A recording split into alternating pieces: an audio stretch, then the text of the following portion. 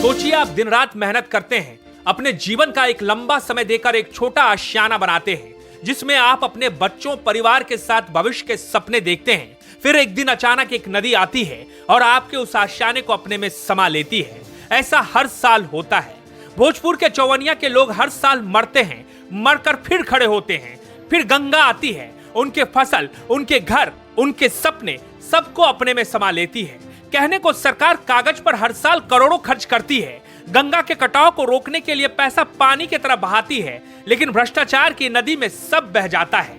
चौवनिया के लोग मानसून आते ही सियर उठते हैं, लेकिन सरकारी बाबू मानसून का बेसब्री से इंतजार करते हैं, क्योंकि उन्हें पता है कि मानसून आएगा तो भ्रष्टाचार की गंगा भी बहेगी और उसमें सब मिलकर डुबकी लगाएंगे। मानसून ने एक बार फिर दस्तक दी है। चौवनिया के लोगों को लग रहा है कि आगे क्या होगा, लेकिन भ्रष्टाचार की गंगा में डुबकी लगाने वाले सरकारी बाबुओं की बाँछें खिल उठी है, क्योंकि फिर से मौका मिलेगा करोड़ों का वारे न्यारे करने का। कहने के लिए बोरों में मिट्टी को भरा जाएगा, गंगा कटाव से रोकने के लिए उसे नदी के किनारे दिया जाएगा। लेकिन सवाल यही है कि क्या सच में गंगा कटाव रोकने के लिए ये सरकारी बाबू काम कर रहे हैं? ये सारा खेल बिल बनाने का है। बिल बनेगा, करोड़ों का वंडर बांट होगा और सिस्टम फिर सो जाएगा। फिर मानसून का इंतजार होगा। चौवनिया के लोगों के लिए ये हर साल की बात हो गई है।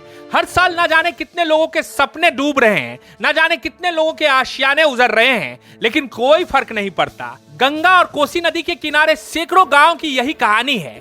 जब भी मानसून दस्तक देती है, इन गांव में रहने वाले लोगों के रोंगटे खड़े हो जाते हैं, क्योंकि उन्हें पता है कि गंगा कोसी अपना दायरा बढ़ाएगी और जब वो अपना दायरा बढ़ाएगी तो उनके घरों को खाएगी, उनके सपनों को खाएगी, उनके फसल को खाएगी। बड़ा सवाल यह है कि सरकार हर साल ये कोशिश करती है कि इन कटाव से इन गांवों को बचाया जाए, लेकिन ये गांव बसते क्यों नहीं है? ये सवाल हम आप पर छोड़े जा रहे हैं। आप ही सोचिएगा कि चौवनिया जैसे गांव में रहने वाले लोगों का दोष क्या है। वो हर 5 साल पर एक बार वोट देकर अपने लिए सरकार चुनते हैं, लेकिन ये सरकारें क्या कर रही है? चौवनिया को बचाने की एक बार फिर से कोशिश हो रही है।